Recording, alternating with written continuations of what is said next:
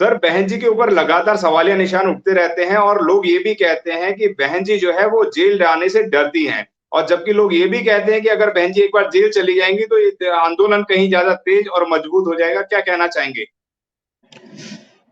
मान्यवर, जब से बहुजन समाज पार्टी बनी है तो जी। जेल जाने की और धरना प्रदर्शन की राजनीति बहुजन समाज पार्टी ने नहीं की है। जेल जाने की राजनीति है गांधीवादी पार्टियों की। जी। गांधी ने शुरू किया था जेल जाना और धरना प्रदर्शन और भूख हड़ताल, आमरण अनशन, ये सब असंवैधानिक काम है। तो जेल जाना कोई बहुत अच्छी बात नहीं है।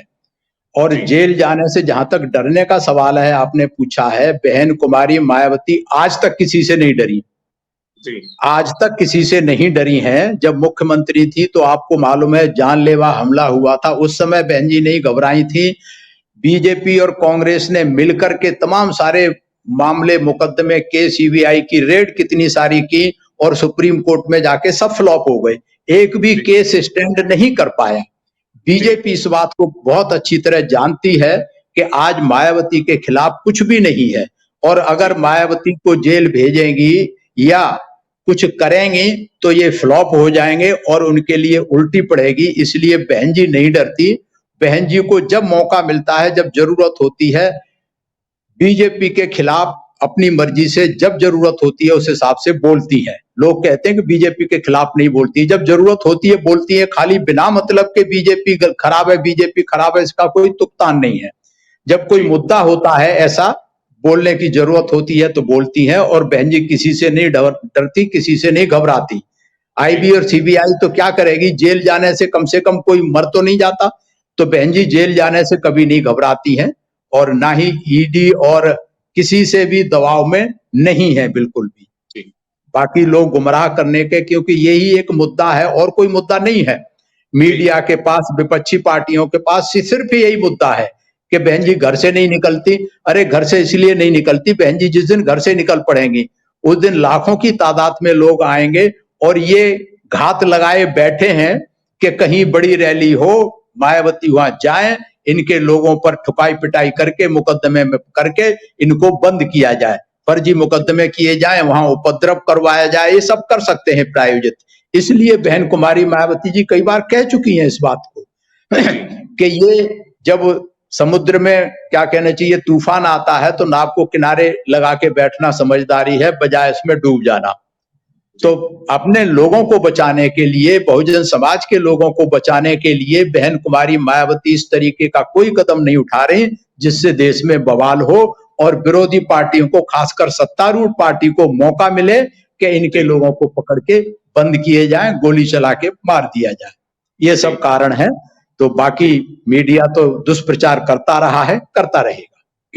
वीरेंद्र जी, एक बड़ा अहम सवाल है वो ये कि पूरे देश के अंदर जो पार्टियां जिस व्यक्ति विशेष के लिए यानी कि देश की महामहिम राष्ट्रपति के लिए लोग आंदोलन कर रहे हैं और उनको बोल रहे हैं कि वह आकर इसका उद्घाटन करें, लेकिन जो राष्ट्रपति का है कोई इसके ऊपर चिंतन मनन नहीं आया है, कोई क्रिया प्रतिक्रिया नहीं आई है। क्या कहना चाहेंगे इसके ऊपर? एक लाइन में मैं कहना चाहूंगा, जी। पार्टी के लिए वफादार, पार्टी के लिए वफादार, पद की गरिमा तार तार। जी। इससे समझ सकते हैं आप लोग जी। कि जिस पार्टी ने उनको राष्ट्रपति बनाया है, सर्वोच्च पद पर बिठाया है, उसके लिए वफादार हैं। और मैं सोचता हूं संगठन के लिए वफादार होना कोई बुरी बात नहीं है। बेशक उनका अपमान होता रहे, उनका स्वाभिमान मरा रहे, कोई फर्क नहीं पड़ता। ये व्यक्ति के अपने विवेक के ऊपर डिपेंड करता है, निर्भर करता है कि उसको पद चाहिए या मान सम्मान और स्वाभिमान चाहिए। और ये सिर्फ अभी के राष्ट्रपति की बात नहीं है, पूर्व के राष्ट्रपति के साथ भी ऐसा ही हुआ। राष्ट्रपति होते हुए कई बार उनका भारी अपमान किया गया, मंदिरों में धक्के लगाए गए, लेकिन फिर भी वो प्रसन्न रहे। तो इसलिए मान्यवर, जिसको पद प्यारा है वो पद के लिए कुछ भी कर सकता है। वो आज की राष्ट्रपति भी कर रही है, कोई मेरे हिसाब से गलत नहीं कर रही। पद की लड़ाई है तो वो पद को कर रही है। वीरेंद्र जी, एक बड़ा अहम सवाल है कि इस वक्त जो मौजूदा राजनीति चल रही है उस परिप्रेक्ष्य में किस नजर से आप देखते हैं बसपा को? बसपा तो एक राजनीतिक नहीं बल्कि सामाजिक आंदोलन है। और सामाजिक आंदोलन कोई आज से शुरू नहीं हुआ, 1984 से शुरू नहीं हुआ, ये ज्योतिबा फुले और उससे पहले भी चलता रहा है, कबीर और संत रविदास से चलता रहा है, बुद्ध से चलता रहा है। तो ये सामाजिक आंदोलन है, सामाजिक आंदोलन हमेशा चलता रहेगा। अगर हम आज की राजनीति की परिप्रेक्ष्य की बात करें तो बाबा साहब ने एक वक्तव्य दिया था कि political power is the master key by which you can open each and every lock. राजनीतिक सत्ता वो चाबी है जिससे हर समस्या का ताला खोला जा सकता है। लेकिन आज के परिप्रेक्ष्य में ये और राजनीति से एक कदम आगे बढ़ गई है कि राजनीतिक सत्ता वो ताकत है जो हर ताले को तोड़ सकती है। चाबी उसके पास हो ना हो, चाबी लेना, चाबी से ताला खोलना एक लोकतांत्रिक काम है और ताला तोड़ना एक अलोकतांत्रिक काम है। तो आजकल सत्तारूढ़ पार्टियां ताले तोड़ने में लगी हुई हैं। पब्लिक की अगर नहीं समझ में आता तो उनका कसूर नहीं है। और इसके लिए बाबा साहेब डॉक्टर अंबेडकर ने 25 नवंबर 1949 को जो पार्लियामेंट्री कॉन्स्टिट्यूशनल डिबेट्स थी, तो अंतिम डिबेट थी, उसमें बाबा साहब ने बहुत विस्तार से जो आज की स्थिति चल रही है उसमें 25 नवंबर 1949 को भविष्यवाणी कर दी थी कि इस देश में अगर राजनीतिक लोग इस तरीके के होंगे तो क्या हालात होंगे। तो मेरा आपके माध्यम से मैं पब्लिक को बताना चाहता हूं कि उस भाषण को अवश्य पढ़ें, हालात बिल्कुल क्लियर हो जाएंगे। और उससे भी पहले जब देश की आजादी की बात चल रही थी तो ब्रिटिश के जो प्रधानमंत्री थे मिस्टर विंस्टन चर्चिल, उन्होंने 14 अगस्त 1947 को कहा था, आजादी देने से पहले क्या कहा था, बहुत महत्वपूर्ण है, मैं पढ़ के सुनाता हूं। Power will go to the hands of rascals rogues freebooters, मतलब राजनीतिक सत्ता दुष्ट, बदमाश, डाकू और लुटेरों के पास चली जाएगी।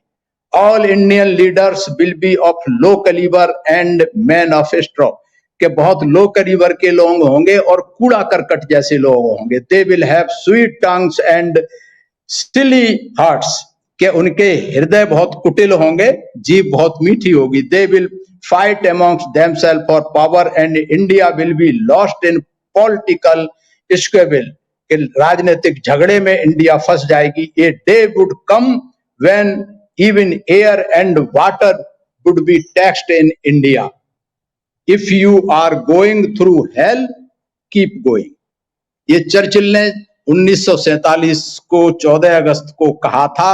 और इसके लिए खुशवंत सिंह ने एक टिप्पणी की थी मरने से पहले, उन्होंने कहा था, incredibly we have worked hard, we have worked very hard to prove him right, कि भारत के राजनीतिज्ञों ने बहुत मेहनत की है और चर्चिल को सही साबित कर दिया है कि आज जो राजनीति है दुष्ट, बदमाश और लुटेरे डाकू लोगों के हाथ में है। तो ये कोई नई बात नहीं है। जो विजनरी लोग थे, बाबा साहब जैसे लोगों ने इसकी भविष्यवाणी 1949 में, 1947 में कर दी थी, तो आज वही हो रहा है, नथिंग न्यू।